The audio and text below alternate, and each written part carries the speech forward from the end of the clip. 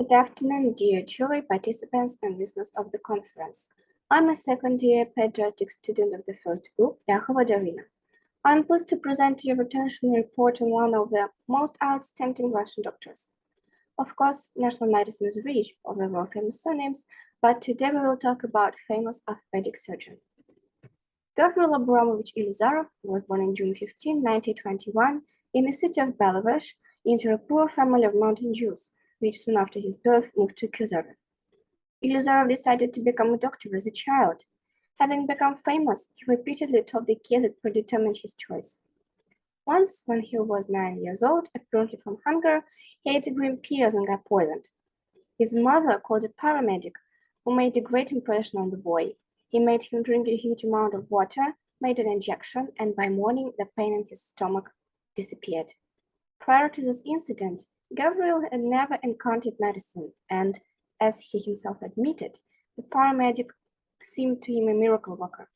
From that time on, he dreamed to become a doctor to help people.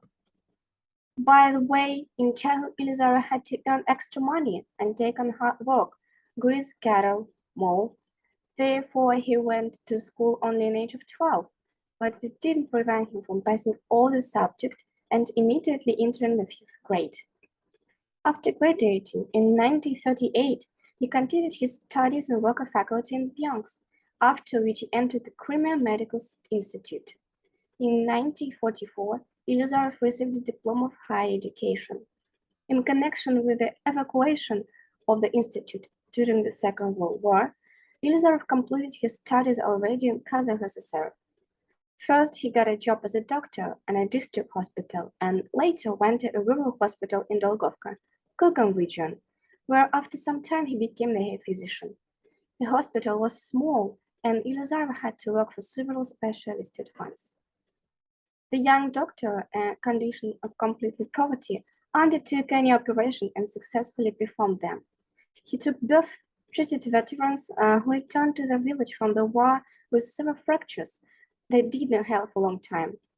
Ilizarov was haunted by the thought of helping sick people. He studied books, tried to make the first apparatus for fixing a bone. One day, the idea came to him that the device should look like a bicycle wheel with spokes, and he began to create. He took the handle of a shovel, imagining this for the bone, and the metal rods for spokes. So there was a model of the future device. The first patient was a local harmonist, due to tuberculosis of the knee joint, walked on crutches. The operation was successful, and after a couple of months, the man forgot about the crutches. A promising doctor was noticed and transferred to the Kurgan Regional Hospital to the position of the orthopedic traumatologist, as well as the position of part-time ear ambulance surgeon. Here he becomes seriously interested in traumatology, and in particular the possibility of treating fractures with the help of an external fixation apparatus. In 1968, Ilizarov defended his doctoral dissertation on the topic on which he had been working over recent years, compression osteosynthesis with the author's apparatus. In 1969, on the basis of a laboratory, a branch of Ermito named after Vreden, which after 2 years of successful work was transformed into the Kurgan Research Institute of Experimental and Clinical Orthopedics and Traumatology. For the new institute, there was no more suitable leader than the head of the laboratory, Ilizarov. Gavriil Abramovich has always found inspiration in traumatology. While working in a rural hospital, he drew attention to the problem of tissue regenerating after bone fractures. He developed and presented his own theory of osteogenesis, which became the basis of a new method of treatment, compression destruction osteosynthesis. To fix the bones in manner necessary for the new method, he created a special metal structure, an external fiction apparatus. He first presented his method on a meeting in the Kurgan Regional Scientific Society of Surgeons in 1951. A little later, Ilizarov proposed using the same apparatus to replace defects in tubular bones. This method earned him the title Doctor of Medical Sciences in 1968 without receiving the title of candidate. Important note, until 1968, Ilizarov's methods were not taken seriously. However, everything changed after the famous athlete and world record holder in high jump, Gavriil Abramovich, turned to him for help. After the injury, the athlete's leg was shortened, in connection with which he lost opportunity to continue his career as an athlete. Gavriil Abramovich lengthened his leg by 6 cm using the extrafocal osteosynthesis apparatus. Already 2 months after the removal of the apparatus, Abramovich returned to the sport. His new achievements show the world the effectiveness of Ilizarov methods.